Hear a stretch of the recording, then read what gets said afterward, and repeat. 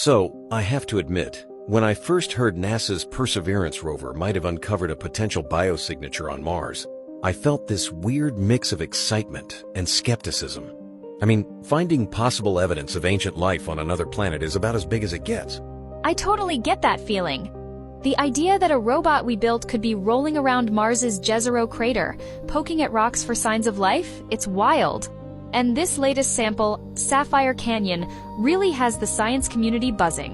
What really piqued my curiosity is how Perseverance picked out this specific spot, Chayava Falls, inside that ancient riverbed.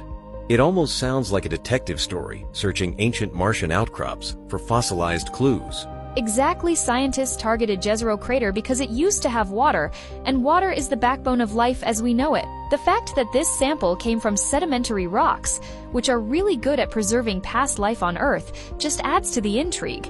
And I love that Perseverance is equipped with all these specialized instruments, like Pixel and Sherlock. The names alone sound straight out of science fiction, but they're actually key to analyzing rock chemistry in ways we've never done on Mars before. Now, before we get too carried away, let's talk about the term potential biosignature. I think it's easy to misunderstand what that actually means. Can you break it down for us? Sure. The phrase potential biosignature basically means a substance or structure that might come from something biological, but we can't say for sure yet. It's like finding a mysterious footprint in the sand. It could be from an animal, or maybe it's just a weird shape the wind made. So, even though Perseverance picked up on things like organic carbon, sulfur, and certain minerals, that doesn't instantly mean life was there? Exactly. It's a huge clue, but not a smoking gun. Some of those minerals, like greigite or vivianite, can form through purely chemical, non-biological processes too. Scientists have to rule out non-living explanations before making any big claims. That actually reminds me of how Katie Stack Morgan from the mission said, extraordinary evidence is needed for any claims about extraterrestrial life.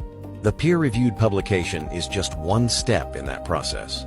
Speaking of analysis, I was fascinated by how Perseverance used its toolkit to study those leopard-spotted rocks. Those patterns, reaction fronts, as the scientists call them, sound pretty weird. What's going on there? Well, the rover's Pixel and Sherlock instruments zoomed in on Chayava Falls and found these colorful spots, almost like polka dots made of iron-rich minerals.